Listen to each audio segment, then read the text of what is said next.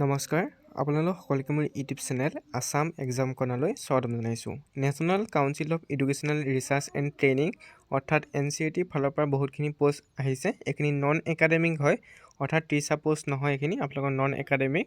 ইয়াত আপোনালোকৰ জুনিয়ৰ ক্লাৰ্কৰ পৰা ধৰি একাউণ্টেণ্টৰ পৰা ধৰি বহুতখিনি পোষ্ট আছে। ভিডিঅ' এডিটৰ, গ্ৰাফিক ডিজাইনাৰ পৰা ধৰি বহুত পোষ্ট আছে। মই আপোনালোকক জনাই দিম পোষ্টখিনি। প্ৰথমতে কৈ থৈছে যি অনলাইন আবেদন আছে সেই অনলাইন আবেদন ইতিমধ্যে আৰম্ভ হৈ গৈছে। 27 তাৰিখৰ পৰা 27 ডিচেম্বৰৰ পৰা 17 জানুৱাৰীলৈকে অনলাইন আবেদন কৰিব পাৰিব। www.ncert.nic.in পৰ্টেলত গৈ আপোনালোকে অনলাইন আবেদন কৰিব পাৰিব। ইয়াত আপোনালোকে যিখিনি এব্ৰিভিয়েশ্যন দিয়া আছে চাই ল'ব। NI মানে কি, CIET মানে কি, পোষ্টখিনি বিপৰীতে দিয়া আছে চাব ইয়াত। এটা আমাৰ ছুপাৰিণ্টেণ্ডিং ইঞ্জিনিয়াৰ ওলাইছে এটা পোষ্ট, তেনেকৈ আৰ্ণ ৰিজাৰ্ভৰ ক্ষেত্ৰত ওলাইছে এইটো CIETত ওলাইছে, তেনেকৈ প্ৰডাকশ্যন অফিচাৰ ওলাইছে NIE এটা ওলাইছে। মেক্সিমাম এজটো দিয়া আছে, মিনিমামটো আপোনালোকে জানে 18 বছৰ হ'ব লাগে। তাৰপৰা আহি গ'ল business manager, assistant production officer, এইটো NIEত ওলাইছে SCৰ কাৰণে। পে'মেণ্টটো উল্লেখ কৰা আছে, আপোনালোকে চাই ল'ব পে'মেণ্টটো কিমান দিয়া আছে। তাৰপৰা assistant engineer grade A, assistant public relation officer, senior accountant, junior Hindi translator, junior accountant, store officer, তাৰপৰা production assistant, professional assistant, cameraman grade 2, engineering assistant, script writer, set designer, তাৰপৰা আহে technical grade 1, audio' radio' producer grade 3, graphic assistant grade 1, TV producer grade 3, semi professional assistant, senior proof reader, store keeper, computer operator, floor assistant, film assistant, graphic assistant grade 2, store keeper grade 2, lab assistant physics, lab assistant chemistry, computer science, geography. তাৰপৰা আহি গ'ল আপোনালোকৰ language English, psychology, agriculture, biology, zoology, home science, mathematics, lab assistant science, তেনেকৈ আপোনালোকৰ চাই ল'ব। ইয়াত আপোনালোকৰ সকলো দিয়া আছে।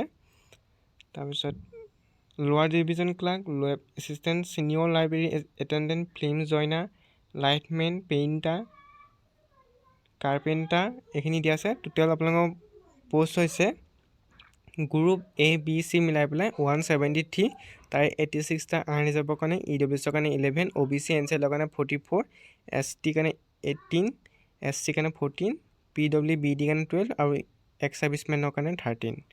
এইখিনি আপোনালোকৰ পোষ্টখিনি। ইয়াত আপোনালোকৰ কোৱালিফিকেশ্যনখিনি দিয়া আছে। ছুপাৰিণ্টেণ্ডিং ইঞ্জিনিয়াৰ কাৰণে কি কোৱালিফিকেশ্যন আপোনালোকে পঢ়ি ল'ব, মই আপোনালোকক পঢ়ি নাথাকোঁ, এইখিনি মই আপোনালোকক দেখুৱাই দিছোঁ। তাৰপিছত আহিলে আপোনালোকৰ প্ৰডাকশ্যন অফিচাৰ আৰু বিজনেছ মেনেজাৰৰ কাৰণে এইখিনি আপোনালোকৰ কোৱালিফিকেশ্যনখিনি, আৰু এক্সপিৰিয়েঞ্চো বিচাৰিছে, হয়তো এইখিনি চাব এক্সপিৰিয়েঞ্চ বিচাৰিছে।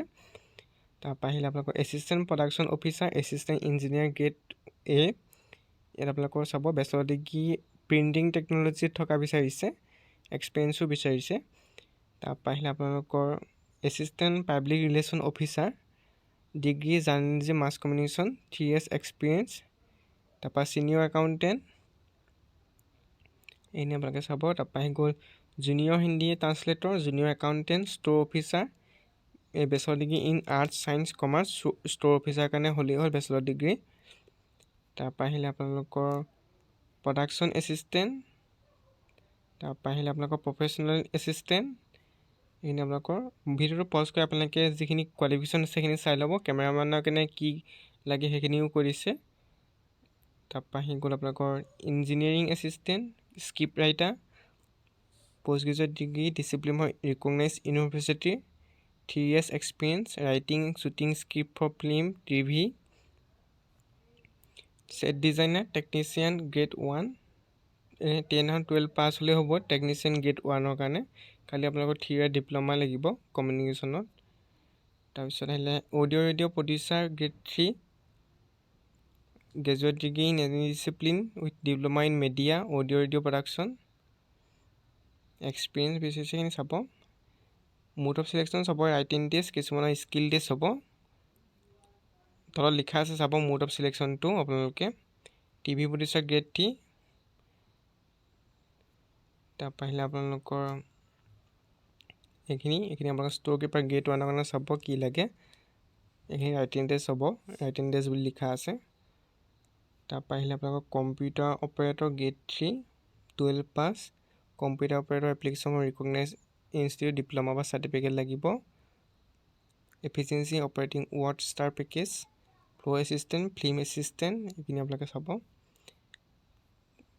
তাৰপৰা আহিলে আপোনালোকৰ গ্ৰাফিক এছিষ্টেণ্ট গ্ৰেড 2, এইটো আপোনালোকে ভিডিঅ'টো পজ কৰি চাব। Store keeper grade 2, lab assistant, লোৱাৰ ডিভিজন ক্লাৰ্ক, তেনেকৈ আপোনালোকৰ এইখিনি ফিল্ম জইনাৰ, লাইটমেন, বহুত পষ্ট আছে। গতিকে আপোনালোকে প্ৰত্যেকৰে যি এক্সপিৰিয়েঞ্চ আছে বা যি এছেঞ্চিয়েল কোৱালিফিকেশ্যন আছে সেইখিনি চাই ল'ব।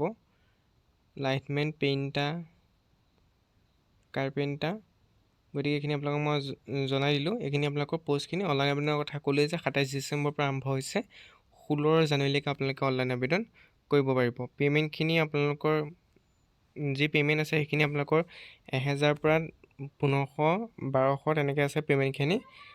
কিছুমানৰ আপোনালোকৰ নাইকিয়া, গতিকে আপোনালোকে তেনেকৈ এপ্লাই কৰিব পাৰিব।